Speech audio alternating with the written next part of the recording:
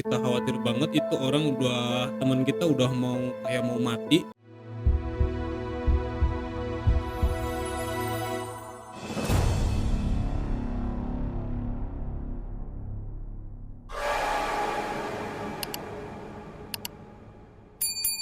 Assalamualaikum warahmatullahi wabarakatuh. Waalaikumsalam warahmatullahi wabarakatuh. Apa kabar teman-teman semuanya?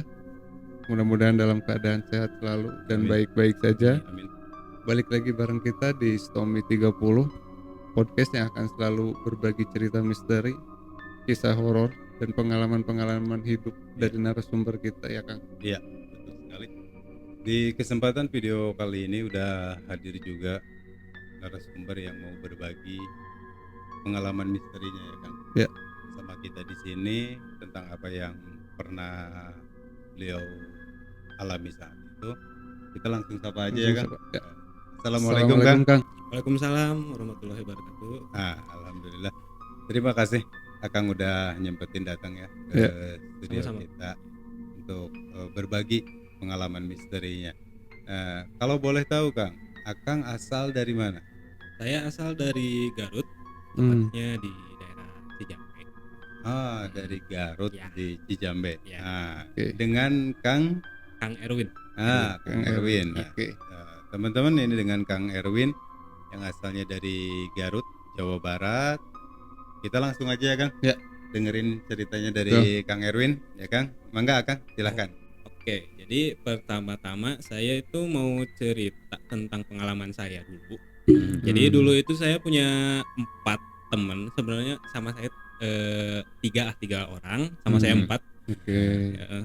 Jadi 4 orang itu dulu dari waktu SMP sampai sekarang udah pada kerja itu benar-benar tertarik sama hal mistis. Oke. Kan dulu ada cerita dari radio, dari televisi kan. Iya.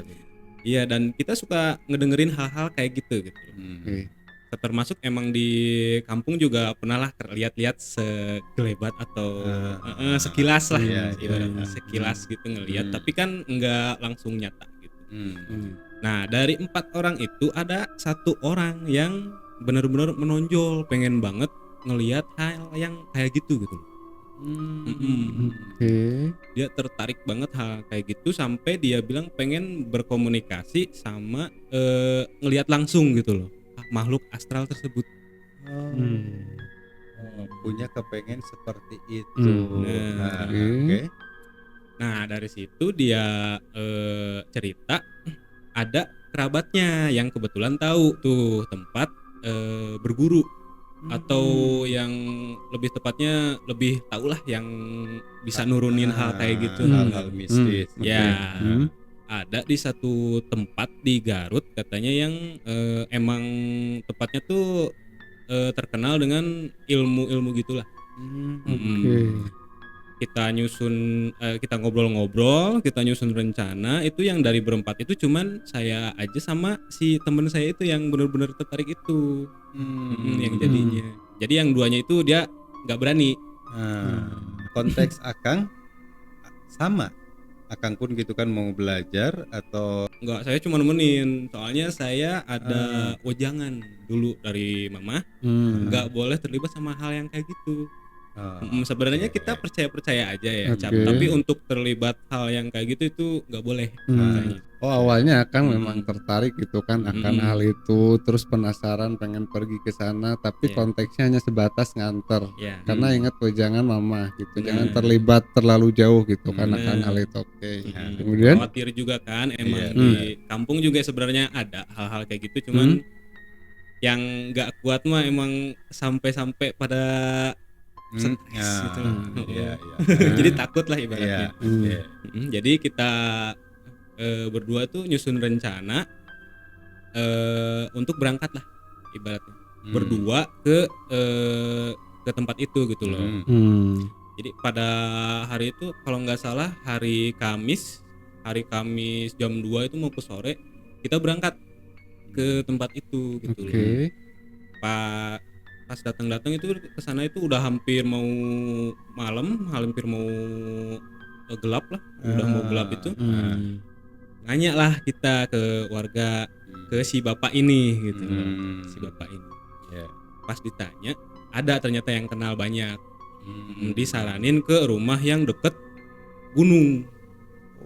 Iya, jadi rumahnya tuh agak jauh dari perkampungan. Kang sempat nanya ke penduduk setempat gitu kan di daerah tersebut ke untuk menuju ke orang yang bisa itu. Ternyata ditunjukin lah ke daerah dekat pegunungan gitu. Memang terpencil berarti ya. Dia misah rumahnya.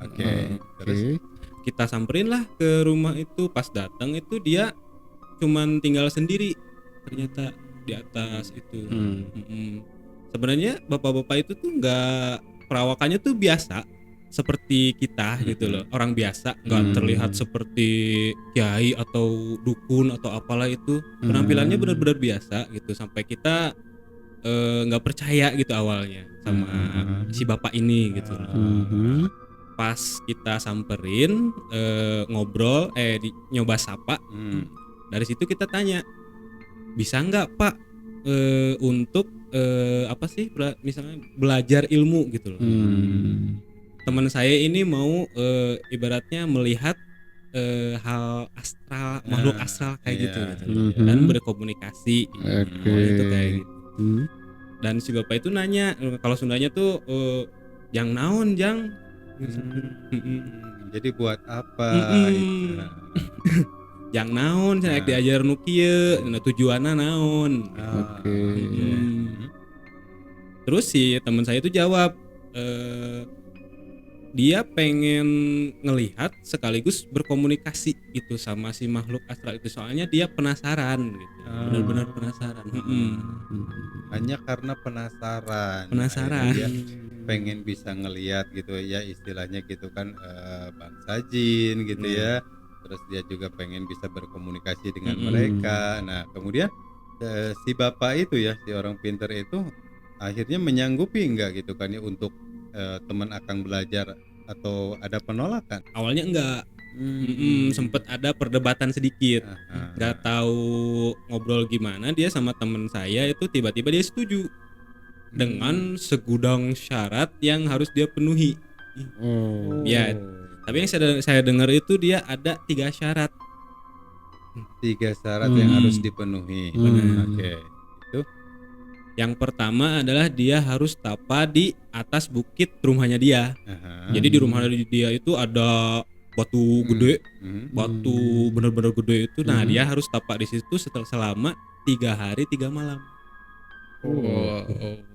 Tapa 3 hari 3 malam. Oke, itu syarat yang pertama. Syarat yang pertama. Syarat yang kedua? Yang kedua itu kalau nggak salah dia harus dikubur benar-benar full badan kecuali kepala.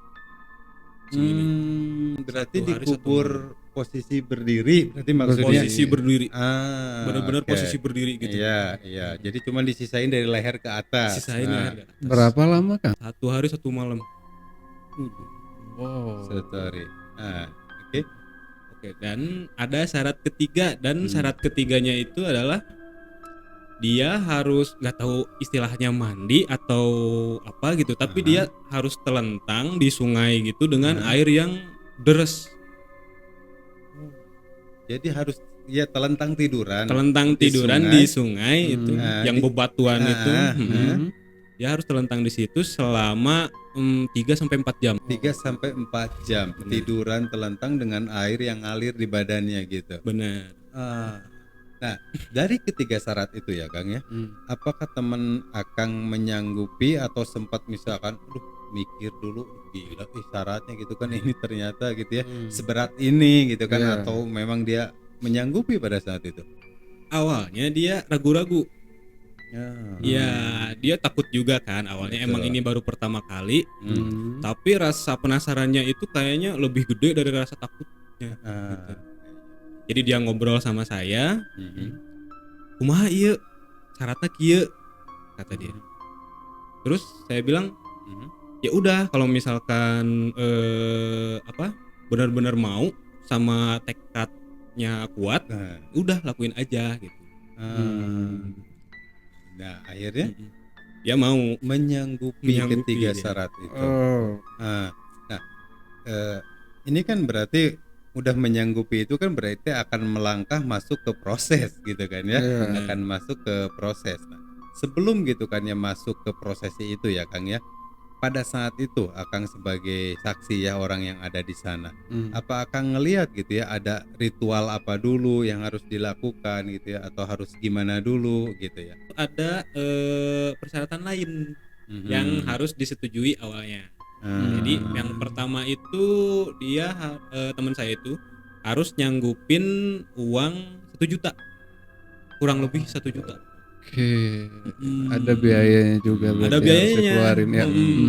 Jadi awalnya tuh diskusi dulu, dia ada dana, dia juga orang berada sebenarnya di kampung. Udah nyiapin dana, dikasihlah ke si bapak itu. Nah udah dikasih itu si bapak itu langsung pergi kemana gitu saya nggak tahu. Tapi setengah jam kemudian dia bawa 3 butir nggak tahu emas atau apa, pokoknya itu kayak sebutir nasi gitu, tapi warnanya kuning. Dia itu ada 3. 3 itu, terus 1 gelas yang airnya itu aku lihat itu warna merah.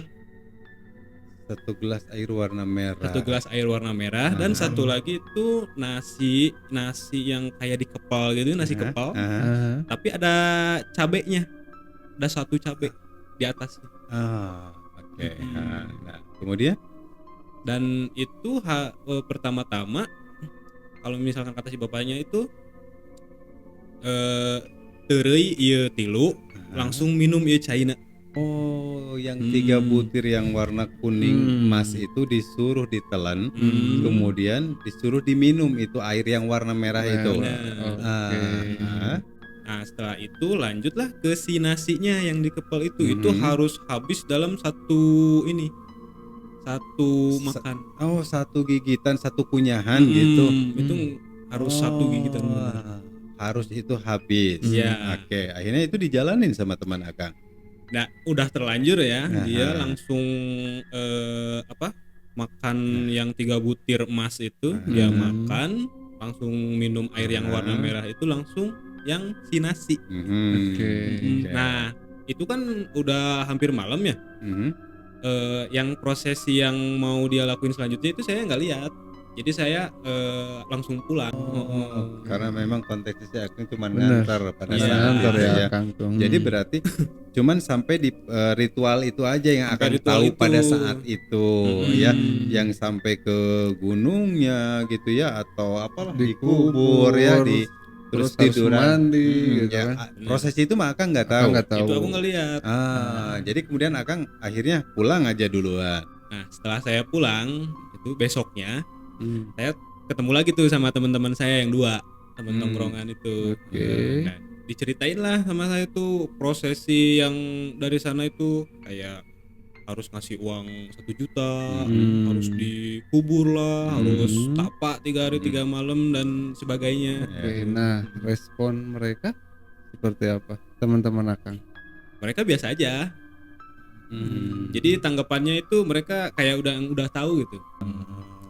Udah tahu prosesnya itu akan seperti itu kalau ilmu itu. Nah, mereka bisa maksudnya responnya biasa aja ya Kang ya dengan hal seperti itu. Kenapa Kang? Orang dari dulu kan kita emang suka hal yang kayak gitu ya, kayak mistis, hal-hal horor gitu. Jadi seenggaknya mereka tahu kayak kalau misalkan ilmu tuh harusnya kayak gitu. Memang ada prosesnya. Ada prosesnya. Itu. Oke. Kemudian? Dan setelah hari itu 5 hari kemudian setelah itu si teman saya yang lagi berguru itu datang tiba-tiba datang, kita lagi ngopi, lagi ngerokok biasa kan. Nah, dia datang ke tongkrongan lagi. Pulang dia. Nah, dia awalnya tuh dia nggak kelihatan kayak udah berilmu gitu loh. Biasa aja dia pengawakannya, benar-benar kayak biasa aja. Tapi suatu ketika kita lagi ngumpul, pas mau duduk, dia nunjuk ke teman kita yang satu. Pindah maneh tong didinya diukna. Pindah ke belah dia. Kamu pindah. Duduknya jangan di sebelah situ. Oke. Nah. Terus dia bilang apa? Saya tanya kan, kenapa? Ada apa gitu loh. Dia bilang, aya kunti tuh kangen. Ada kuntilanak di belakang. Ada kuntilanak belakang. Oke. Nah, kita itu nggak kaget, nggak apa ya, cuman nganggapnya tuh dia cuman apa sih, heureuy gitu lah, cuman bercanda lah gitu. Awalnya tuh gitu, tapi kesini pas lagi main di jalan juga itu pernah pas lagi boncengan ini kan tiga motor. Saya tuh berdua sama teman saya, yang dua itu bawa motor masing-masing. Pas lagi di jalan itu tiba-tiba dia berhentiin kita, langsung berhentiin gini nih, stop, eureun heula gitu. Ada apa, saya bilang. Kenapa, ada apa gitu loh. Dia bilang, eta aya genderuwo hareupeun. Di depan kita ada genderuwo. Ada genderuwo hareupeun, cenah sok antepkeun heula cenah. Si genderuwo heula we cenah nu ngaliwat. Urang mah ulah waka gitu. Biarin dulu, biar genderuwo itu dulu yang ngelewat, kita diam dulu aja. Kita diam dulu aja, soalnya resikonya katanya kita bisa sakit kalau misalkan kita sampai-sampai nabrak dia gitu. Berarti secara tidak langsung ya dia mungkin ilmunya udah dapet gitu ya Kang ya. Udah ada di tahap itu. Udah ada di tahap bisa ngelihat. Nah, tapi pertanyaan saya ya Kang ya. Sekarang kan kejadian untuk kedua kalinya ya. Dia nyetop Akang sama teman-teman dengan dia bilang di depan kita nih ada genderuwo dan lain sebagainya gitu.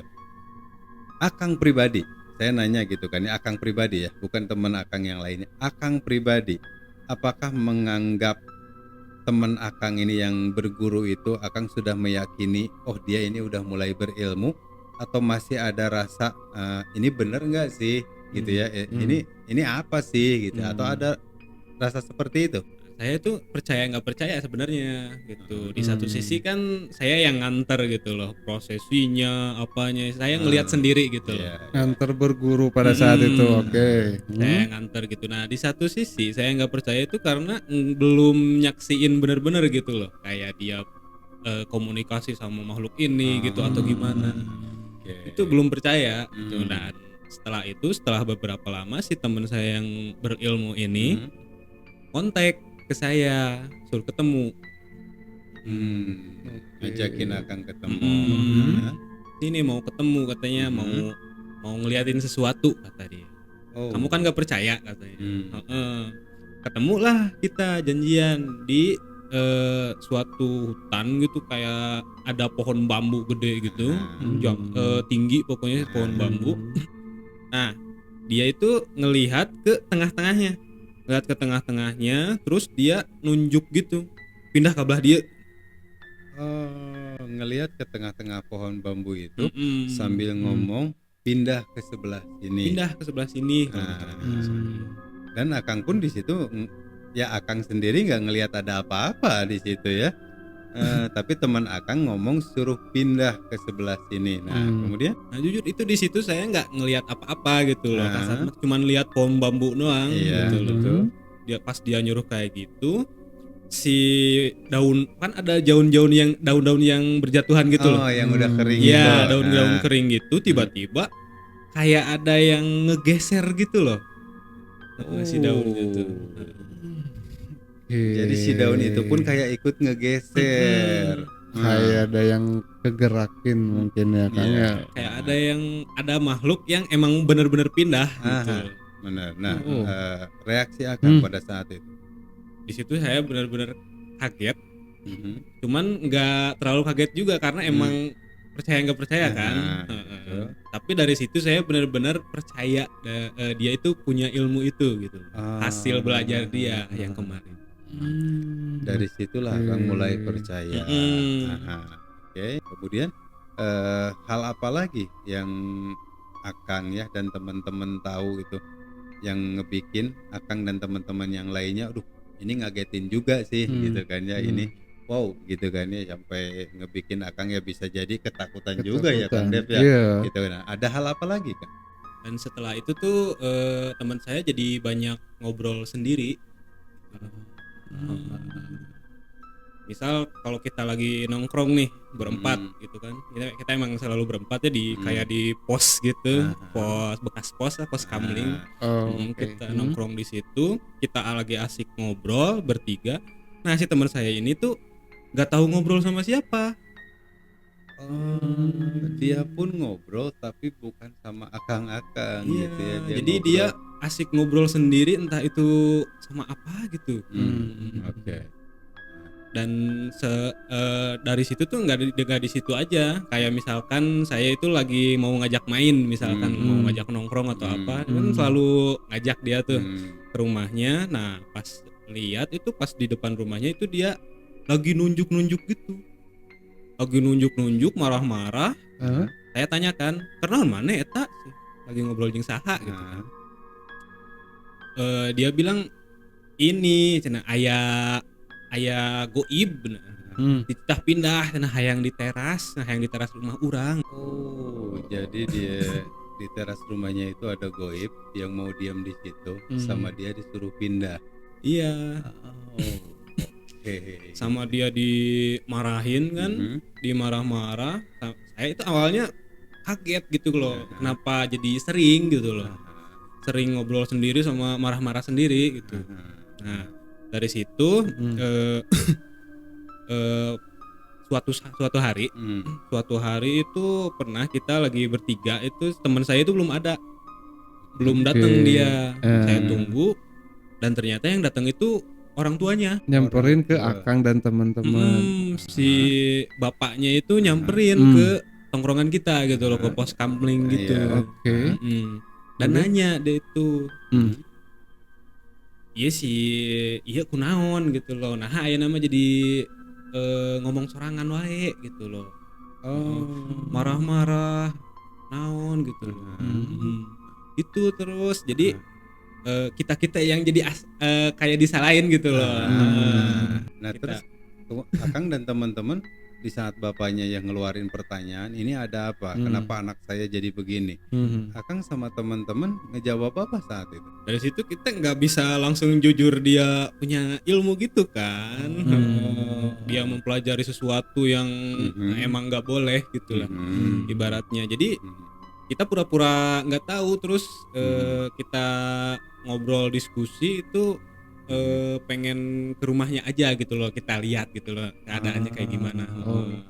Jadi akang sama teman-teman punya inisiatif untuk ngelihat ke rumahnya seperti apa. Okay. Terus? Nah dari situ kita ke rumahnya itu datang, dia itu lagi bener-bener marah-marah, nunjuk-nunjuk ke pojok dinding. Padahal di situ nggak ada siapa-siapa. Posisinya di dalam rumah apa di kamar atau di luar? Dia di kamar, di dalam rumah gitu, di kamar dia. Di kamarnya dia. Lagi nunjuk-nunjuk. Padahal itu dia lagi kondisinya itu lagi sendiri gitu loh. Tapi dia marah-marah, nunjuk-nunjuk gitu.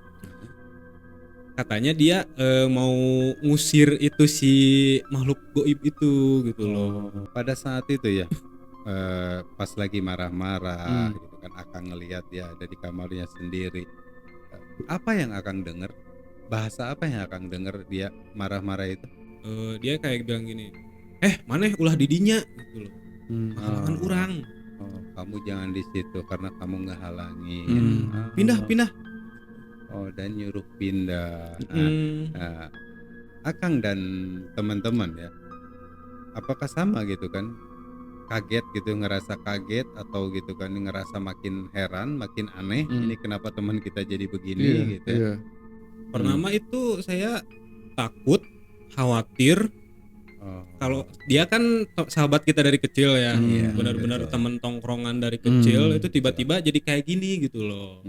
Sementara kita awalnya itu nggak ngelarang, benar-benar ngedukung dia gitu loh. Nggak tahu kan kejadiannya bakal kayak gini. Akang sama teman-teman itu ngelakuin apa tuh di rumahnya setelah maksudnya ngelihat teman kita nih jadi seperti ini gitu kan. Jadi ada hal apalah, reaksi akang lah dari akang dan teman-teman tuh seperti apa gitu kan. Awalnya tuh emang benar-benar takut, cuman ya emang karena itu teman kita ya, jadi disamperin lah ke kamarnya, meskipun takut gitu loh, takut gitu, samperin ke kamarnya, kita duduk di sampingnya, dia kaget, ngeliat gitu kita itu dia kaget, dia kaget gitu, dan lalu dia nanya, "Ai maneh saha?" Kamu siapa? Dia jadi nggak kenal kan? Dia jadi nggak kenal gitu aja sama kita gitu loh. Oh. Jadi Terus? apa ya? Orang tuanya juga awalnya tuh ngiranya dia stres atau apa gitu. Iya lah, ngomong sendiri ya Kang ya, pasti kan akan berpikirnya kan ada sesuatu nih yang keganggu gitu ya, dia stres. Nah, saat itu ya setelah Akang tahu ya teman Akang nggak ngenalin Akang, nggak ngenalin lagi dua orang yang lainnya ya sebagai sahabatnya dia lah gitu ya. Akang ada nggak akhirnya bicaralah ke orang tuanya gitu kan ya, yang sebenarnya terjadi itu seperti ini atau gimana. Akang ada nggak mulai saat itu bicara? Nah saat itu tuh kita nggak berani cerita langsung ke orang tuanya. Jadi di kampung saya itu ada satu orang pintar. Nah saya itu cerita ke itu dulu, konsultasi.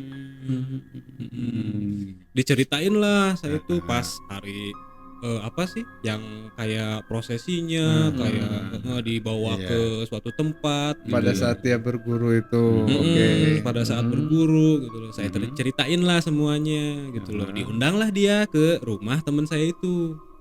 Oh, orang pintar itu diundang ya. Iya. Oke. Dia awalnya nggak nyanggupin, soalnya dia sibuk sama keseharian dia lah gitu awalnya. Tapi karena kita khawatir sama temen gitu kan, udah benar-benar nggak karuan, ngomong terus sendiri, dia mau akhirnya.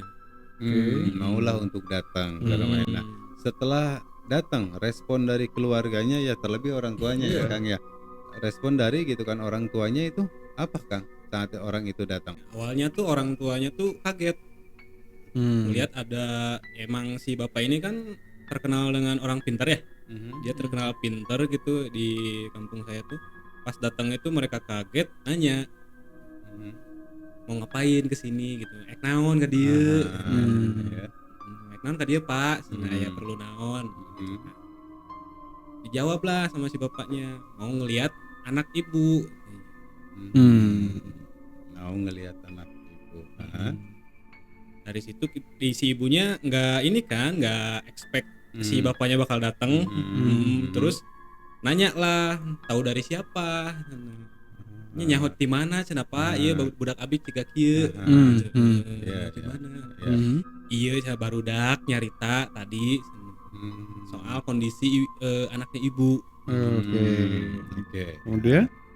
Dan dari situ awalnya ragu-ragu ya si ibunya juga. Soalnya kan takut kenapa-kenapa gitu.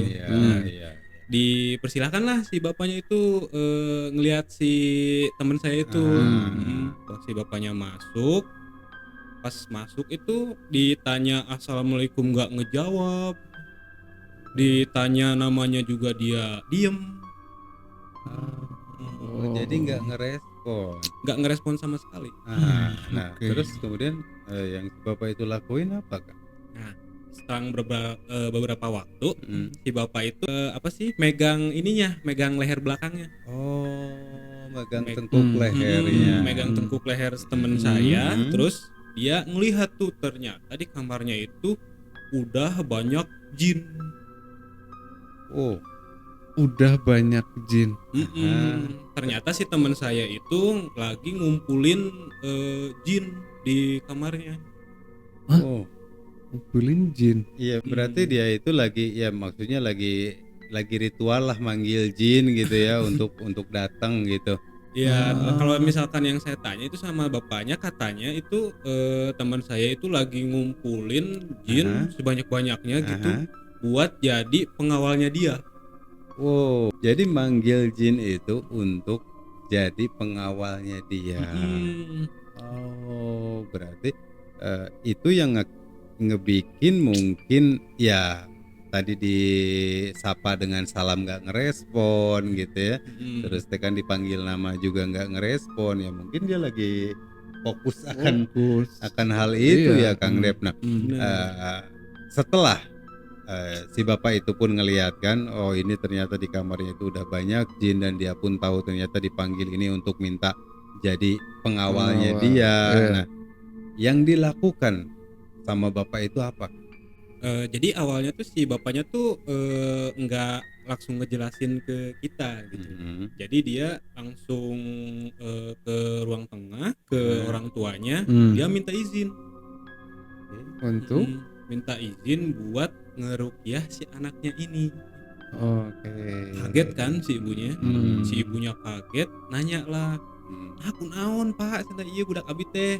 Memang anak saya kenapa? Ya, anak saya kenapa gitu. Pas ditanya gitu dia si bapak ya si ustadznya ini tuh ngejelasin lah bahwa si teman saya itu lagi ngumpulin jin sebanyak-banyaknya.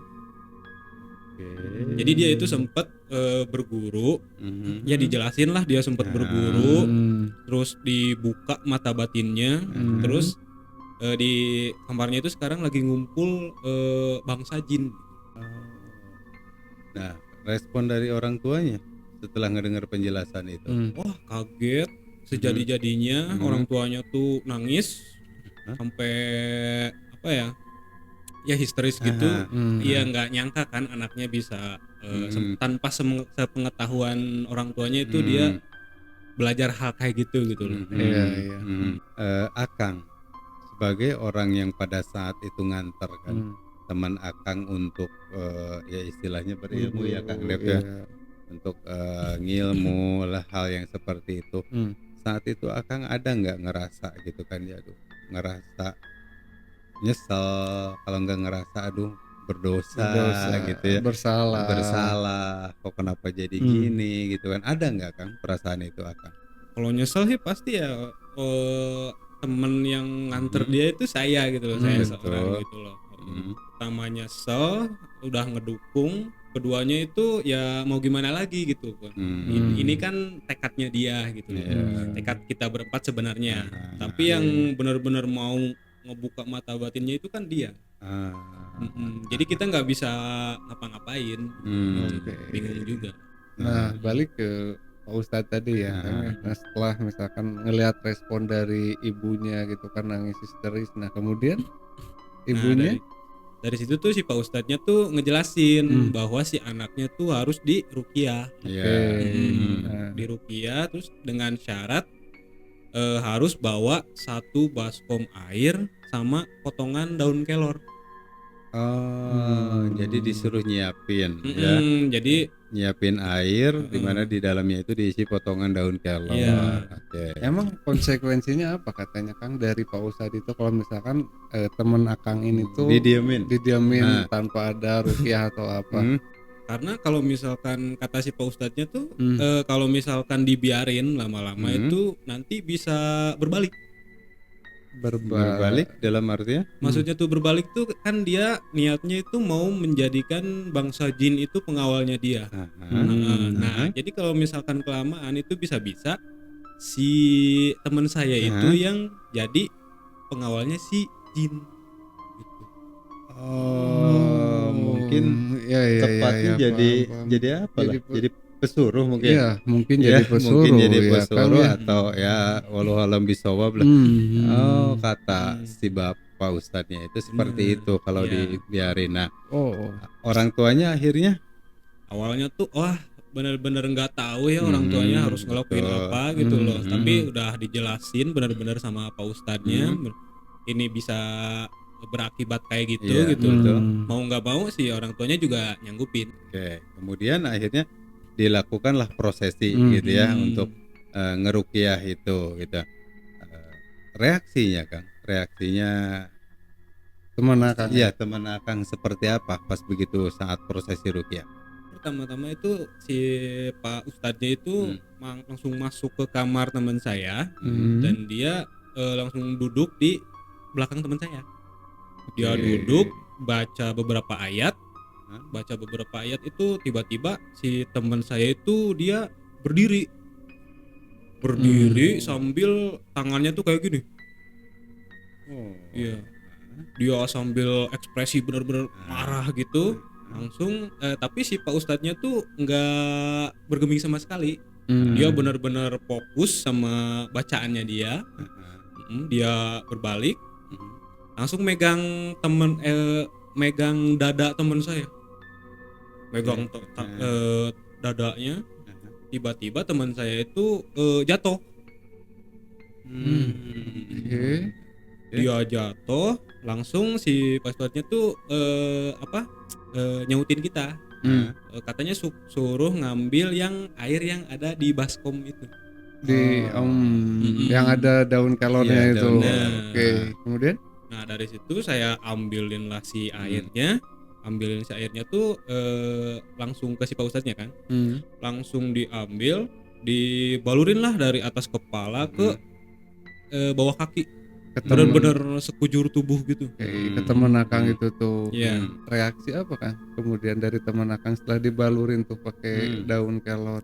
Dia benar-benar kayak kejang-kejang, benar-benar dia kejang-kejang gitu, kayak orang yang kejang-kejang. Nah di saat kejang-kejang itu apakah cuman gerakan badan aja atau dia pun misalkan ada ngomong gitu ya, keluar gitu, suara gitu kan ya, atau apa ada juga itu? Jadi pas lagi kejang-kejang itu teman saya itu benar-benar kayak lagi kerasukan, benar-benar nggak karuan gitu. Terus dia ada ngomong, dia bilang gini, budak ieu dibawa ku aing. Dia terus-terusan ngomong gitu, anak ini mau saya bawa, anak ieu dibawa ku aing, terus kayak gitu. Dan udah kejadian itu si Pak Ustadz langsung nyautin kita. Manggil lagi Akang. Langsung manggil lagi kita, langsung dia nyuruh ngambil tas yang dia bawa. Kita ambilin lah. Kita ambil ke dalam kamar, lalu si Pak Ustadz itu kayak ngeluarin minyak, kayak semacam minyak gitu, warna-warni gitu. Dia buka, dia olesin ke tangan dia, dia balurin lah ke di depan muka, langsung ke belakang kepala. Ke teman Akang itu. Pas dibalurin itu, sumpah benar-benar dia teriak kenceng. Langsung si orang tuanya tuh kan ngedengar tuh dari luar kamar tuh. Mereka lari ke kamar, megangin lah, langsung dipegangin kan orang si anak itu lagi kejang-kejang, lagi teriak gitu kan. Dipegangin tangannya, dipegangin juga kakinya, di istighfar, di gimanain, istighfar jang, sambil teriak sambil nangis itu. Nah setelah itu gitu kan prosesnya itu ya, itu anak gitu kan disuruh untuk ya dituntun untuk istighfar gitu kan. Pak Ustadz itu ngolesin juga minyaknya kan ke muka gitu sampai ke belakang kepalanya.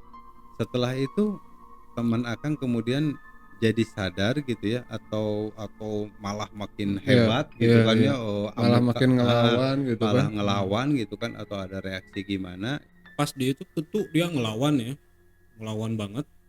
Pas untung dia ada orang tuanya yang megangin.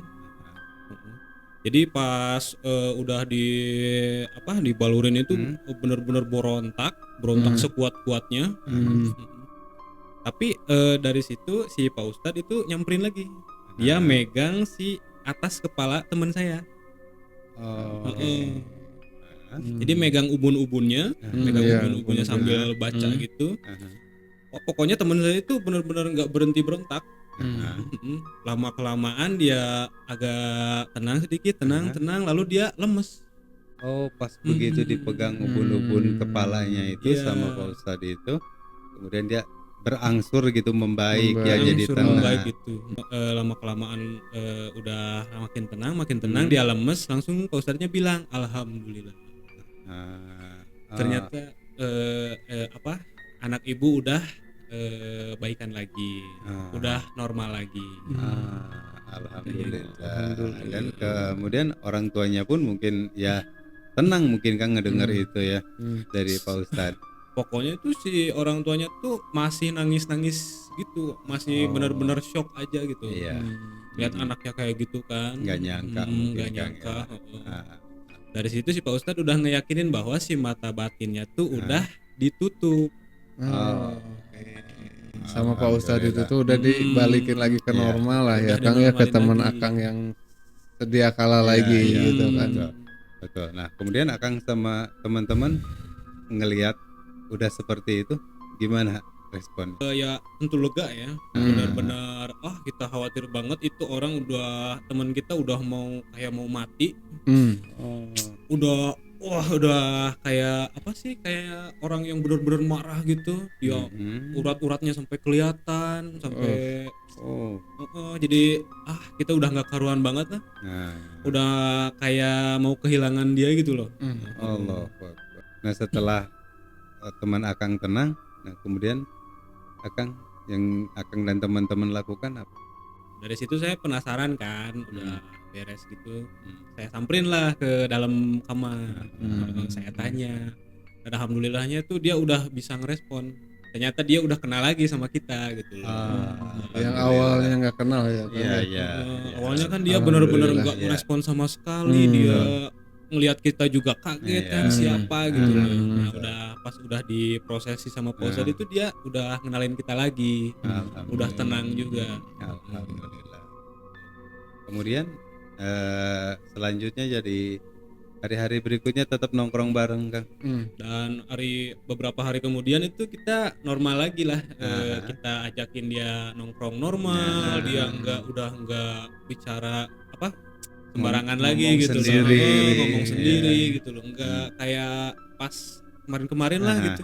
Pas dia punya ilmu gitu kan, aduh benar-benar nggak ketulung lah. Untuk teman-teman, cerita hari ini pun cerita yang bisa kita petik juga pelajarannya dari sini.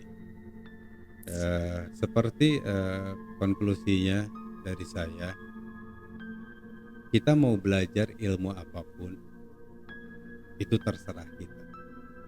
Kita mau mempelajari gitu ya ilmu apapun itu hak kita. Tapi yang harus kita tanamkan, ilmu itu ibarat lampu. Ilmu itu harus bisa nerangin diri kita. Yang pertama, yang keduanya harus bisa jadi penerang juga untuk orang lain. Dalam arti kata lain, sesuatu ilmu yang kita pelajari itu harus benar-benar ini ada manfaatnya untuk diri kita dan ada manfaatnya juga untuk orang lain. Karena suatu saat ilmu itu akan dipertanyakan. Di mana kita belajarnya dan bagaimana cara kita mengamalkannya. Itu yang terberat.